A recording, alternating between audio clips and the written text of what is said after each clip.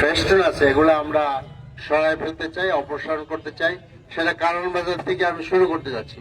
আমি নিজে হাতেই এই ব্যানারটা নামাবো, আর আমাদের ভাইরা বাকিগুলা নামাবেন সারা ঢাকা 12 আসন থেকে। তা আসলে আমরা সকলে মিলে আমাদের যে ব্যানার ছিল, এগুলো ব্যানার নামানোর আমরা কাজ উদ্বোধন করি। আল্লাহ তৌফিক দান করুন।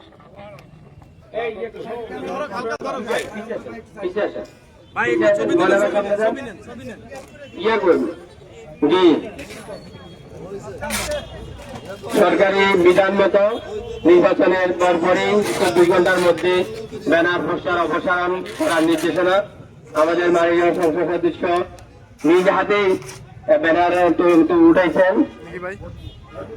আমরা অত্যন্ত ধন্যবাদ কৃতজ্ঞতা জানাচ্ছি।